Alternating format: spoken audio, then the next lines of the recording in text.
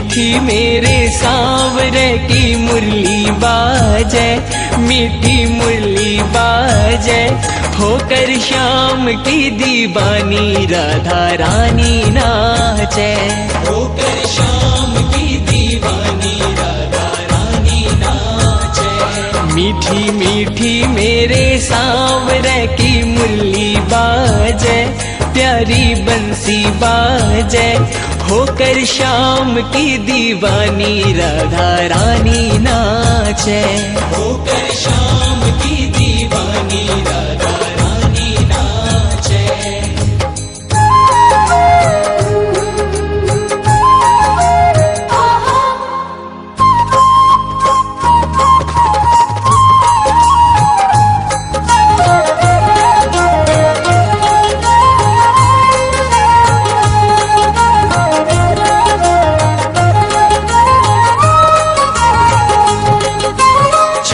सो कन्हैयो मेरो बांसुरी बजावे, छोटो सो कन्हैयो मेरो बांसुरी बजावे, यमुना किनारे देखो रास रचावे, यमुना किनारे देखो रास रचावे। पकड़ी राधे जी की बैया, पकड़ी राधे जी की बैया, देखो घूमर घाले, हो देखो घूमर घाले, होकर श्याम की दीवानी राधा रानी नाचे, होकर श्याम की दीवानी राधा रानी नाचे। मीठी मीठी मेरे सांवरे की मुरली बाजे, प्यारी बंशी बाजे, होकर श्याम की दीवानी राधा रानी नाचे, होकर श्याम की दीवानी राधा रानी नाचे।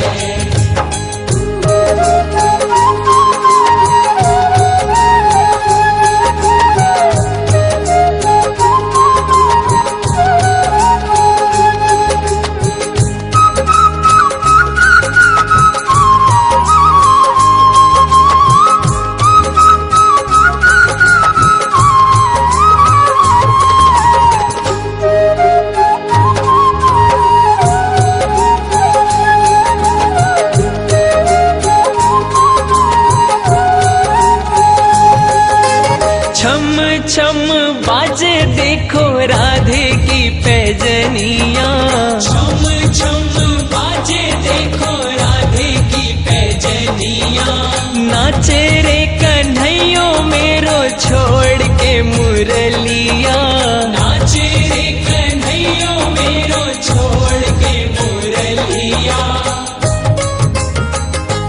राधे संग में नैन लड़ावे,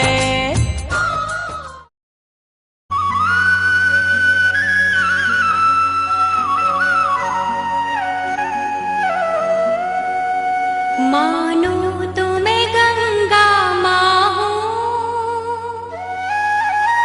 ना मानो तो बहता पानी,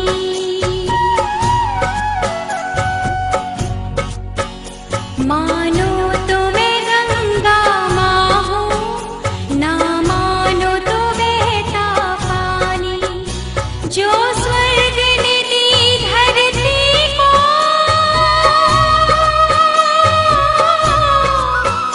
जो स्वर्ग ने दी धरती को, मैं हूँ प्यार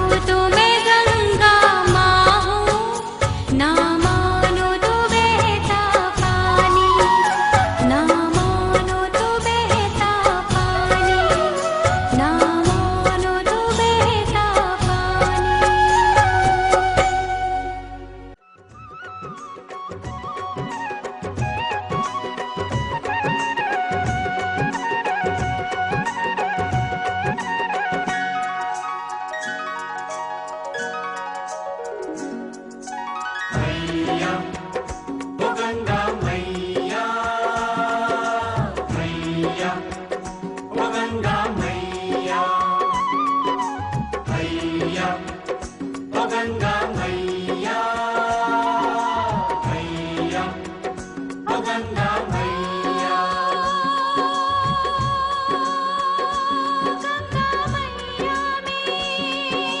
मैया, ओ गंगा मैया, मैया, ओ गंगा मैया।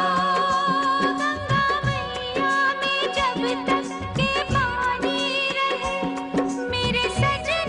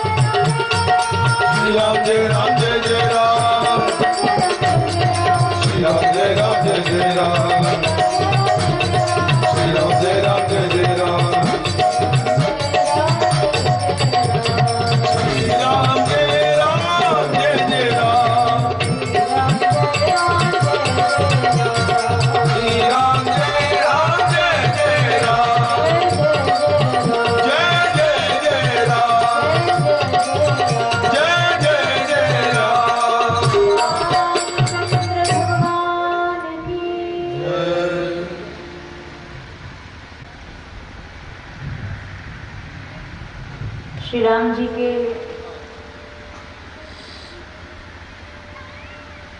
प्राकट्य दिवस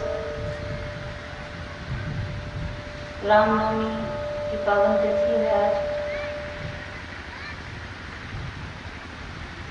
परम मंगलमय मुहूर्त में श्रीमद् भागवती कथा सुनने का अवसर श्री ठाकुर जी की अहेतु की कृपा से हम लोगों को प्राप्त हो रहा है।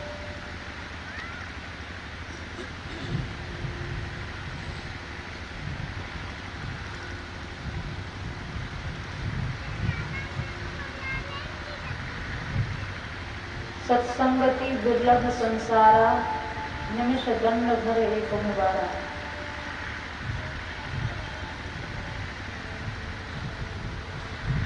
कोई अत्यंत दुर्लभ चीज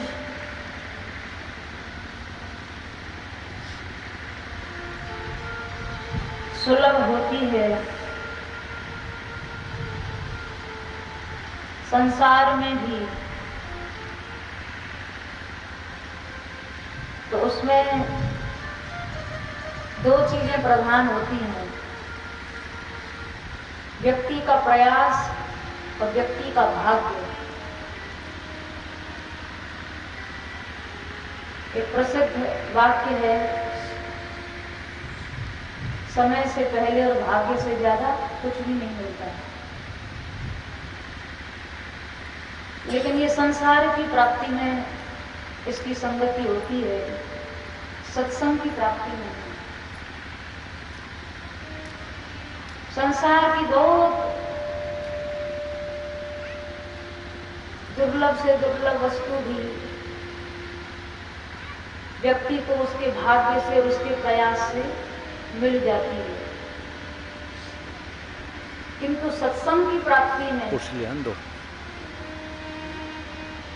न तो व्यक्ति का प्रयास कारण होता है और न व्यक्ति का भाग्य। इसके मूल में केवल भगवान की कृपा ही होती है।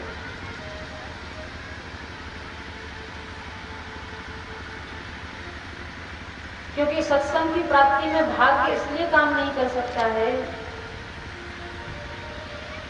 क्योंकि भाग्य हमारे शुभाशुभ कर्मों के आधार पर बनता है।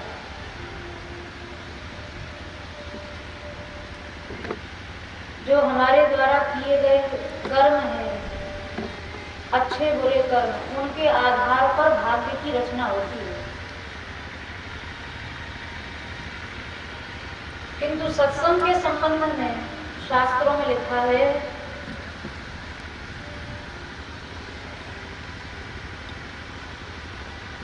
व्यक्ति के द्वारा किए गए शुभ कर्म का परिणाम सत्संग नहीं है।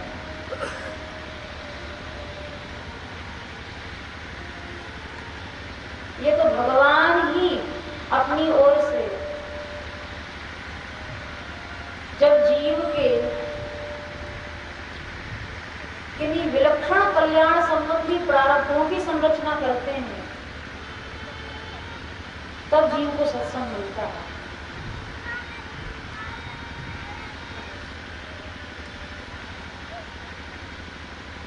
जब द्रवहि दीन दयाल राघव साध संगत पाई।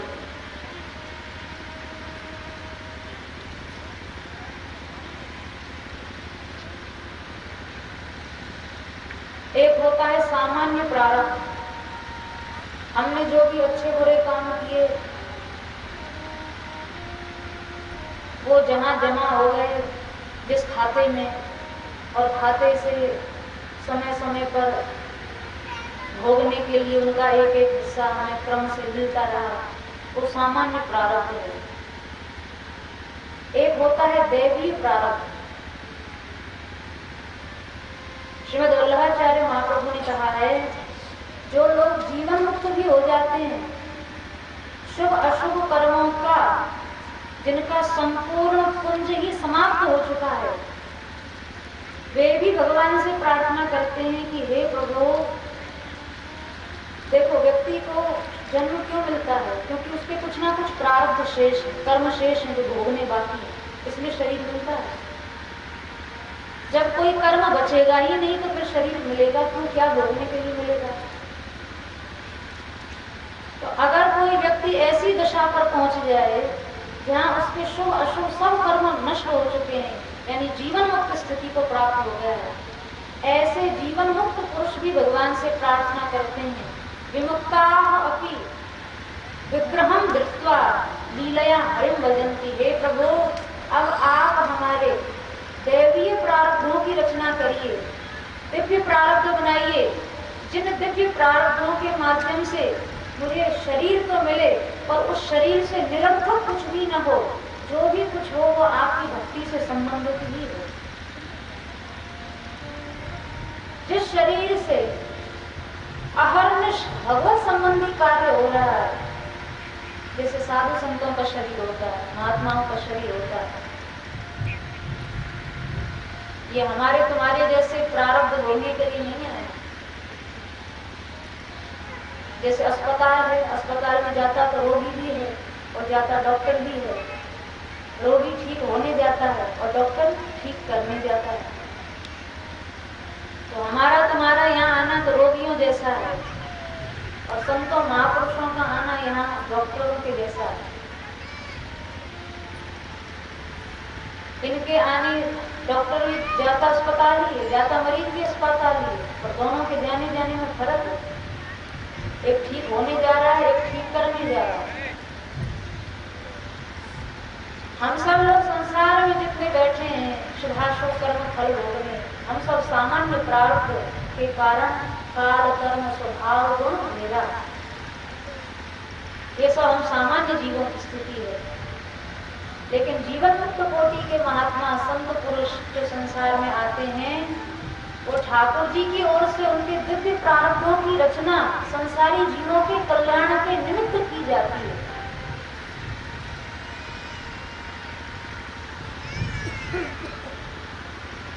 इसलिए हमारा जितना समय सत्संग में गया, जो समय सत्संग में गया, भगवत भजन में गया, नाम सेवा में, प्रभात फेरी में, संध्या फेरी में, गो सेवा में, भगवत भक्तों की सेवा में, वो सब समय श्री ठाकुर जी की ओर से दिया गया।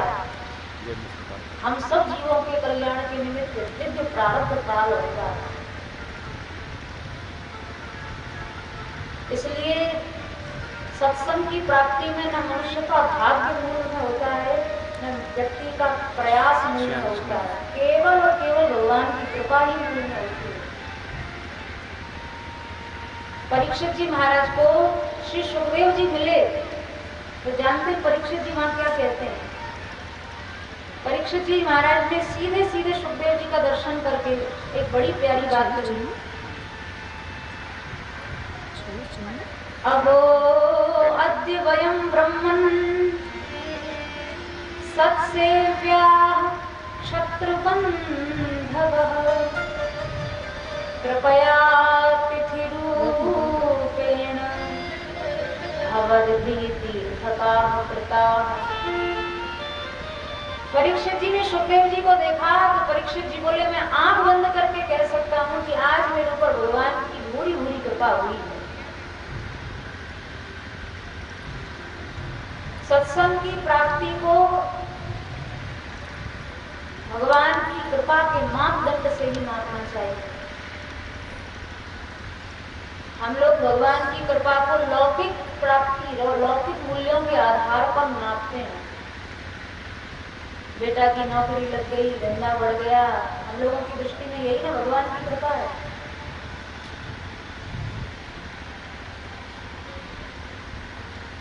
लौकिक मूल्यों की प्राप्ति के आधार पर भगवान की कृपा का आकलन नहीं करना चाहिए। कल्याण के मूल्यों के आधार पर भगवान की कृपा का आकलन करना चाहिए।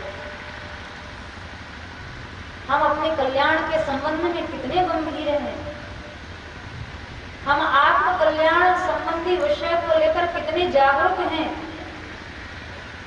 हम सत्संग की प्राप्ति का कितना लाभ ले पा रहे हैं। ये सब भगवान की कृपा को मापने के पैमाने हैं। रुपया, पैसा, धन, इज्जत, मान, बड़ाई, ये सब प्राप्ति, इससे भगवान की कृपा का कोई लेना देना नहीं है, दूर दूर तक।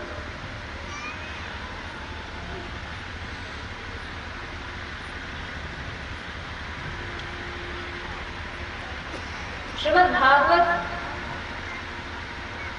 का सत्संग जो है, पहली बात तो ये समझ लें, सनातन धर्म का अंतिम न्याय श्रीमद् भागवत है।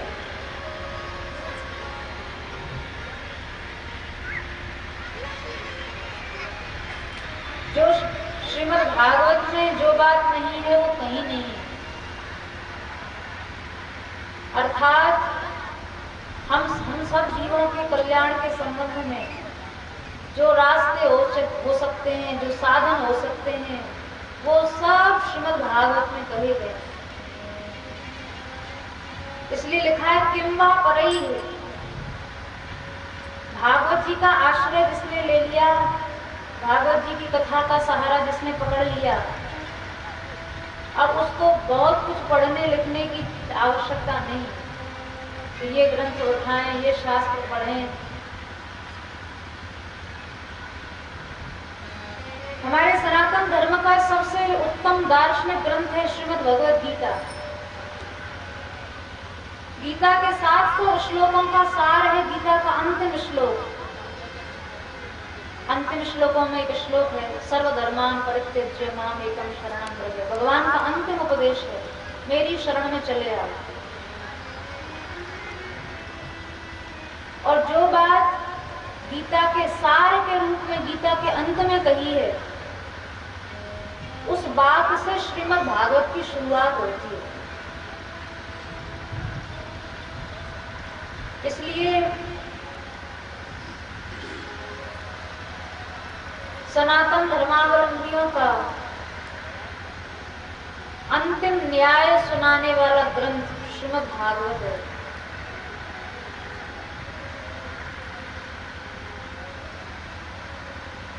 भागवत की शुरुआत शरणागति धर्म से ही हुई है। श्री वेद व्यास जी महाराज कह रहे, सच्चिदानंद रूपाय विश्वोत्पत्त्यादि हेतवे तापत्रय विनाशाय श्री कृष्णाय वयं नमः। हम सब भगवान को प्रणाम करते हैं और उनकी शरण लेते हैं।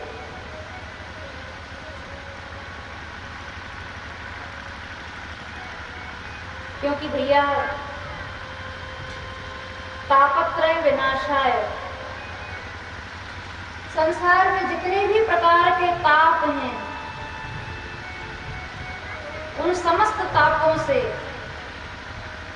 सर्वथा मुक्त कर देने वाली केवल भगवान की शरणागति है। ताप से मतलब है जितने प्रकार के कष्ट हैं,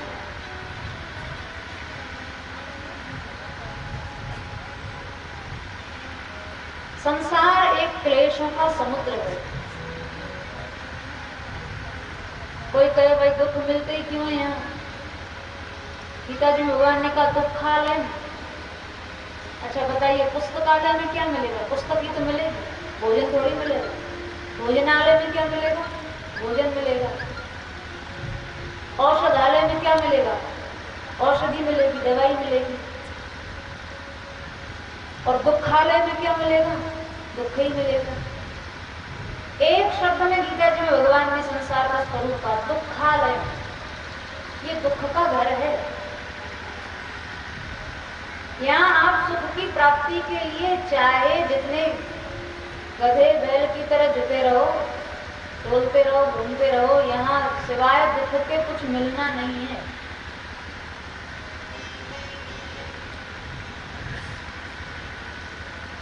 दुखालय है, केवल दुख ही मिलेगा। तो फिर सुखालय कहाँ है? तो फिर सुखालय में चले ना, दुखालय छोड़े, सुखालय के रास्ता पकड़े। तो सुखालय गोस्वामी तुलसीदास जी बता रहे हैं, सो सुख धाम राम अस नामा, सो सुख धाम राम अस नामा,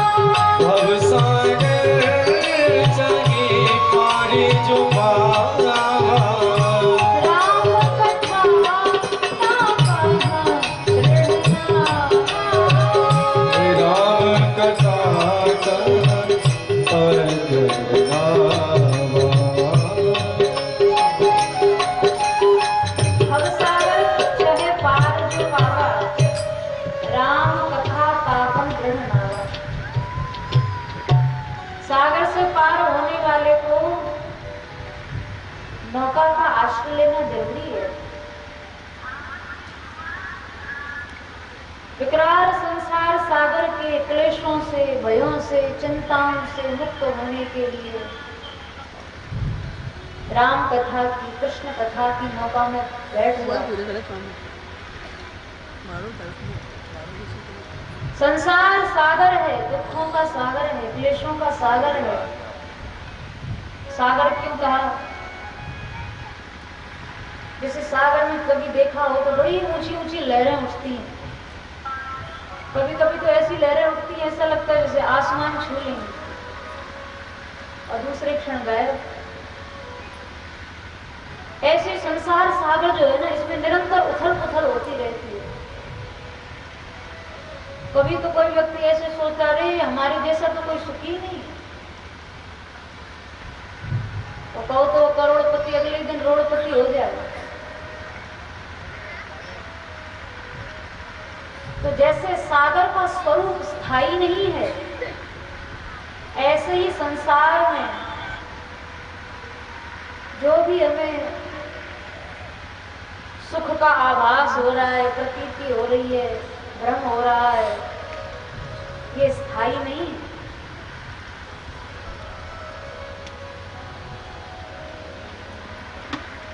जैसे सागर का पानी, पानी तो बहुत होता है सागर में, दूर से देखो तो नीला नीला इतना सुंदर, मन को आकर्षित करता होता है। पर आप एक अंजलि भर के समुद्र का पानी पी के देखो, तो पानी इतना खारी होता है कि कोई प्यास नहीं बुझा सकता। देखने में बहुत आकर्षक है, लेकिन पीने में एक व्यक्ति की प्यास नहीं बुझा सकता। ऐसे संसार का जो स्वरूप है वो देखने में तो बहुत आकर्षक है, बहुत आकर्षक है, बहुत अच्छा लगता है संसार देखने में, सुनने में।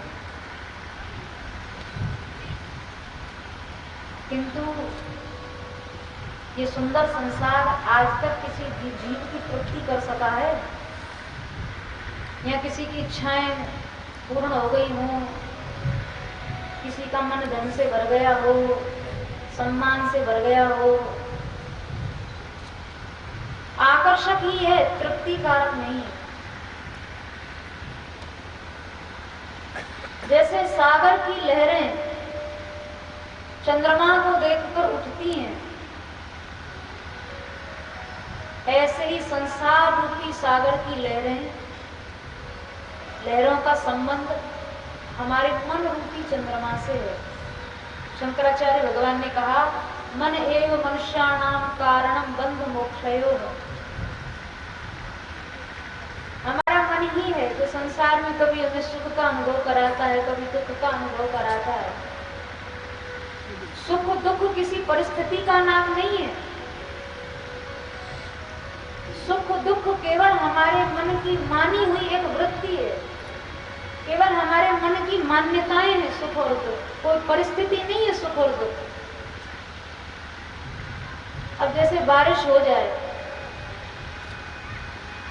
किसान की बिल्कुल पकी हुई फसल खेत में तैयार खड़ी हो और बारिश हो जाए, तो किसान क्या कहेगा? आप लोग यही न कहेंगे, अरे प्रभु अभी बरसना था और 2-4-8-10 दिन बाद बरस लेते, क्योंकि कोई समय था बरसने का, खड़ी फसल खराब कर दी।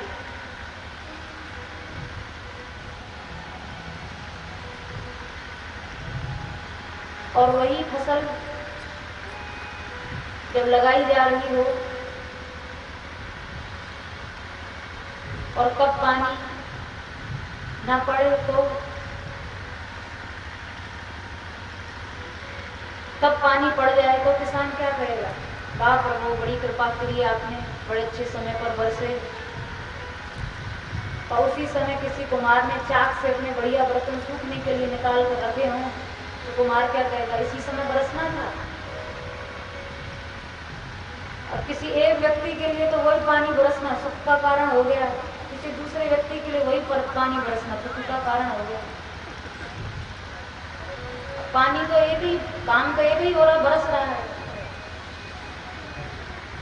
इसी को पतंजलि योग दर्शन में श्री पतंजलि भगवान ने कहा, मन की अनुकूल वृत्ति का नाम ही सुख है और मन की प्रतिकूल वृत्ति का नाम ही दुख है।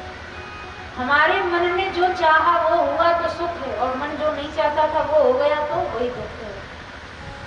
सुख दुख किसी परिस्थिति का नाम नहीं है, सुख और दुख केवल हमारी मन की मान्यताओं का नाम है। इसलिए सुख दुख का कारण संसार में कोई व्यक्ति नहीं होता, सुख दुख का कारण संसार में कोई वस्तु नहीं होती, सुख दुख का कारण संसार में कोई पदार्थ नहीं होता। सुख दुख का कारण हमारा तुम्हारा मन ही है। मनः परम कारण मानन्ति, क्योंकि कोई किसी परिस्थिति को हमारा मन सुख मान लेता है और किसी परिस्थिति को हमारा मन दुख मान लेता है। तापत्रय विनाशाय, कि जितने प्रकार का ताप है, सुख दुख से विचलित होने वाली जो दशा है, ये एक ताप ही तो है।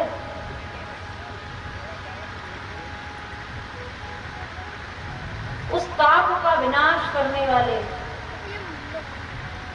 सच्चिदानंद स्वरूप भगवान श्री कृष्ण विश्वोत्पत्त्यादि हेतवे, जो सारा इतना बड़ा संसार अपने संकल्प से बनाते हैं, पालन करते हैं, संहार करते हैं, पर क्योंकि वो आनंद घन है इसलिए वो लिप्त नहीं होते।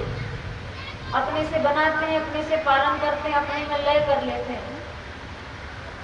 अब इतना बड़ा यदुवंश, 56 करोड़ यदुवंशियों का विस्तार भगवान ने किया। 16,108 विवाह किए, सबसे 10-10 पुत्र पैदा किए, एक-एक कन्या को जन्म दिया, फिर बेटाओं के बेटा हुए। 56 करोड़ यदुवंशियों का परिवार, इतना बड़ा यदुवंश का विस्तार कर लिया। और धाम में जाने के पहले ठाकुर जी शाप दिलवा के सब नष्ट करा कर उनके चले गए। घर में परिवार में एक आदमी की मृत्यु हो जाए तो कितना शोकाकुल माहौल हो जाता है। और यहाँ भगवान ने बड़े प्रयास से जिस यदुवंश का विस्तार किया, जाने से पहले सब अपनी आंखों देखी सबको समाप्त करा दे, लेकिन उनको दुख छूटा नहीं है, उनको शोक स्पर्श नहीं कर सकता, क्योंकि वो आनंद घन, सोई आनंद सिंधु सुख राशि। ऐसे और आनंद घन परमात्मा की शरण लेने से निश्चित है कि जीव भी सदा सर्वदा के लिए तापत्रय से मुक्त हो सकता है, हो जाता है। इसलिए भगवान की शरणागति यही सबसे पहला भागवत का सिद्धांत है। हे जीवो मानवो, सुखी होना चाहते हो संसार में सदा सदा के लिए, तो भगवान के चरणों का आश्रय पकड़ लो। जरा आ शरण मेरे राम की, मेरा राम करुणा निधान दे। जरा आ शरण मेरे राम की, मेरा राम करुणा निधान दे। जरा आ शरण मेरे राम की, मेरा राम करुणा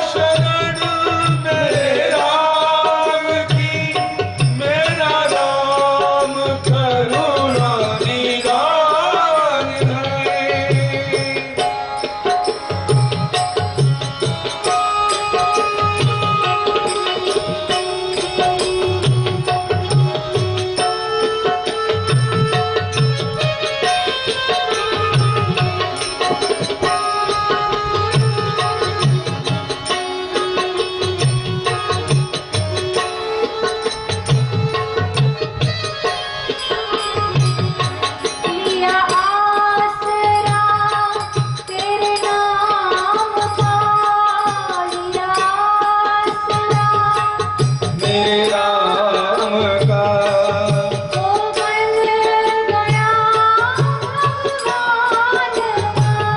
वो बन गया भगवान का जिस नाम से पत्थर पड़े, जिस नाम से पत्थर तले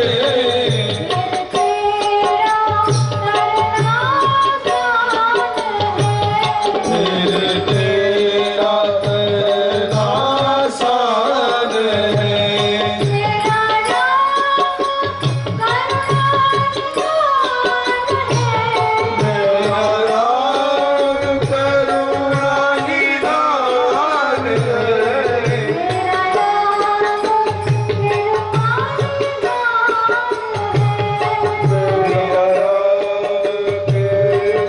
निधान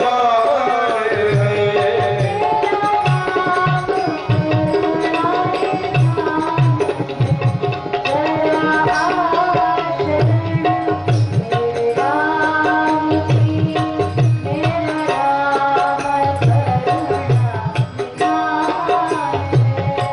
जरा शरण मेरे राम की तेरा राम करुणा निधान है।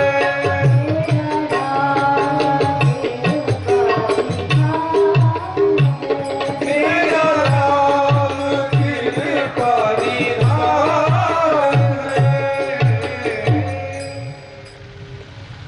केवल श्री भगवान के चरणों का आश्रय जीव को सब प्रकार के क्लेशों से सदा सर्वदा के लिए मुक्त कर देने वाला है।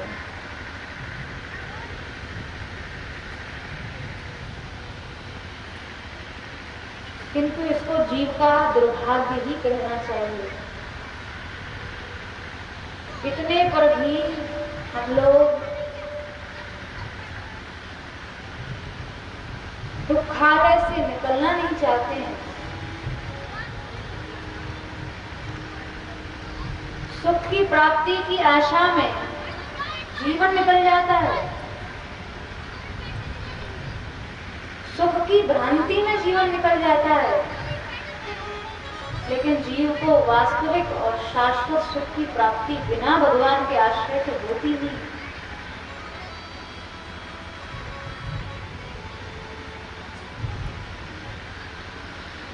अब भगवान की शरण लें कैसे? इसी सिद्धांत के आधार पर संपूर्ण भागवत का प्रवचन आगे हुआ है। भागवत कथा है क्या? जीव को भगवान के उन्मुख करने वाली कथा है। जीव को भगवान के शरणागत बना देने वाली कथा है। जीव को सच्चा और शाश्वत सुख का मार्ग दिखाने वाली कथा है।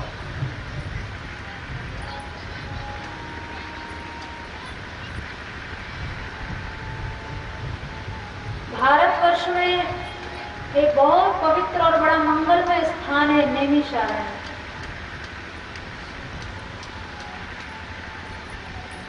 जहां इसी शाश्वत सुख की इच्छा से,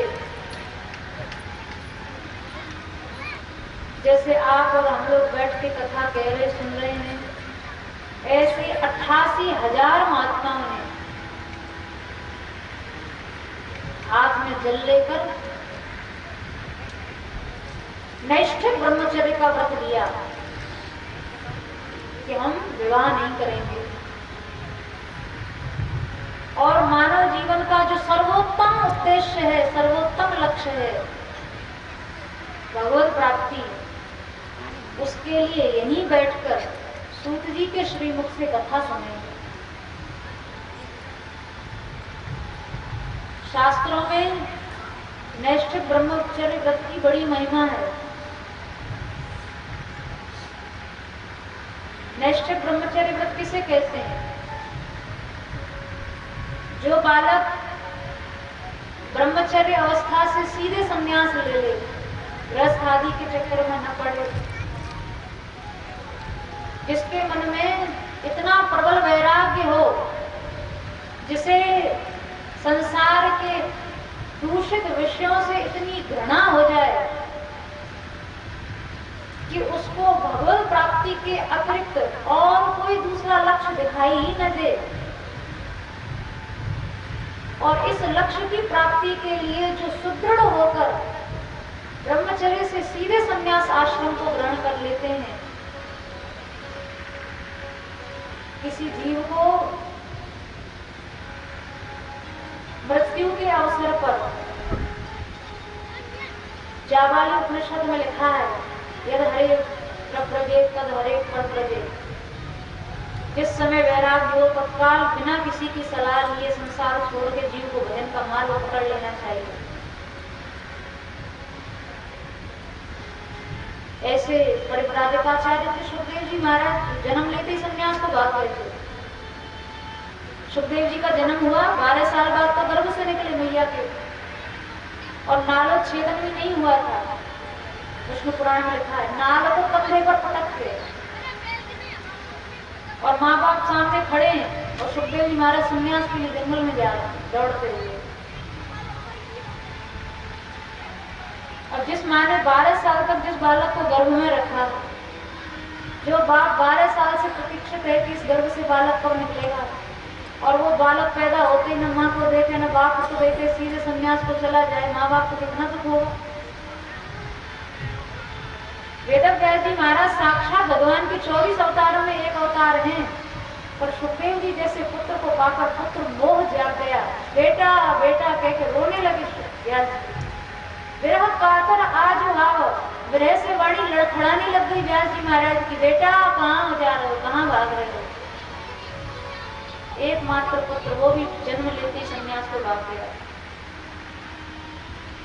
और वो सुखदेव जी ऐसे सन्यासी महापुरुष जब परीक्षित जी को दर्शन देते हैं, तो परीक्षित जी कहते हैं, ये शाम संस्मरणात् पुंसा सद्य शुद्धंति वैक्रिया।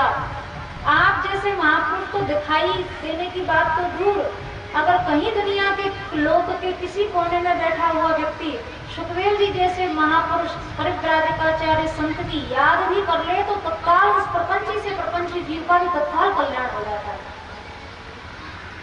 ये शाम संस्मरणात्, देखो ऐसे ऐसे भी महापुरुष हुए हैं जिनके दर्शन और सत्संग की जरूरत नहीं, जिनकी याद भी आ जाए तो ही जीव का कल्याण हो जाए। सद्य शुद्धंति, और वो कल्याण भी ऐसा नहीं कि घंटा 2 घंटा में, साल 2 साल में हो, जन्म 2 जन्म में हो। सद्य, जिस क्षण याद आई सुखदेव जी जैसी महापुरुष की, उसी क्षण जीव का कल्याण हो जाएगा। फिर किम दर्शन पाद शौचा समाधि भी, फिर ऐसे महापुरुषों का कथनचित साक्षात दर्शन मिल जाए, उनको डरना प्रणाम करने का मौका मिल जाए, उनके चरणों में बैठ के कहीं भगवत कथा सत्संग का अवसर प्राप्त हो जाए, तो उस जीव के कल्याण में तो संदेह है ही नहीं, उससे संबंध रखने वाले जीवों के कल्याण में भी संबंध नहीं रह जाता, वो संदेह नहीं रह जाता।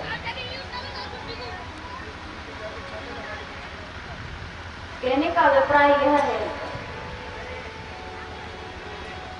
कि नैष्ठिक ब्रह्मचर्य व्रत का धारण करने वाले पुरुषों की बड़ी महिमा, ऐसे महापुरुषों की याद ही जीव का कल्याण कर देती है।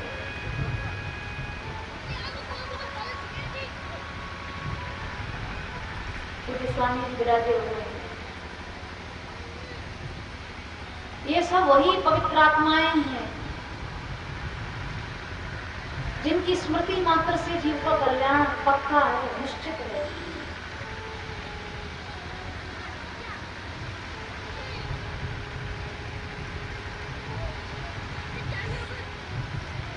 परम श्रद्धेय परम पूज्य स्वामी श्री कृष्णानंद जी महाराज, जिनका आप सबने दर्शन किया, कैसे महापुरुष थे।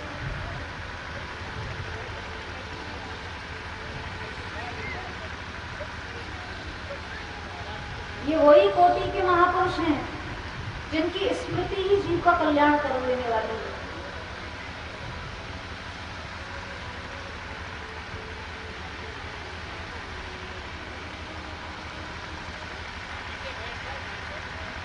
तो भैया ऐसे महापुरुषों को पाकर भी यदि जीव आत्म कल्याण न कर सके तो ये कोई मनुष्य का कोई घोर दुर्भाग्य है।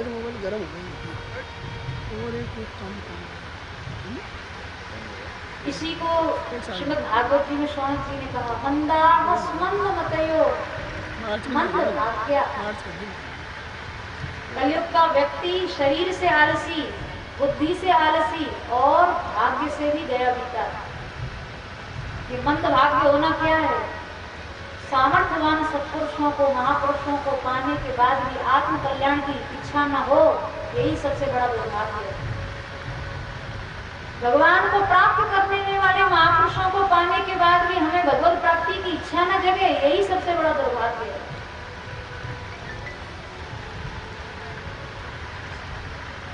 तो निष्ठित ब्रह्मचारी महात्माओं की बड़ी महिमा है।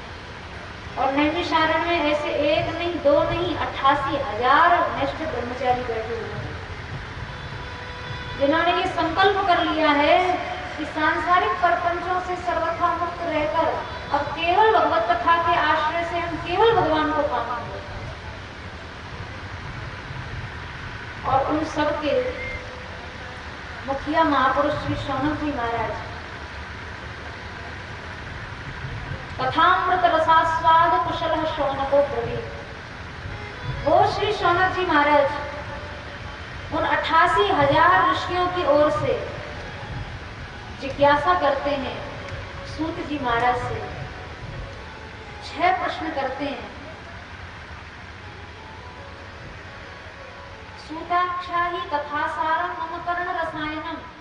हे सूत जी, अब ऐसी कथा सुनाओ जो ऐसा लगे जैसे कथा नहीं सुन रहे, जैसे कानों में कोई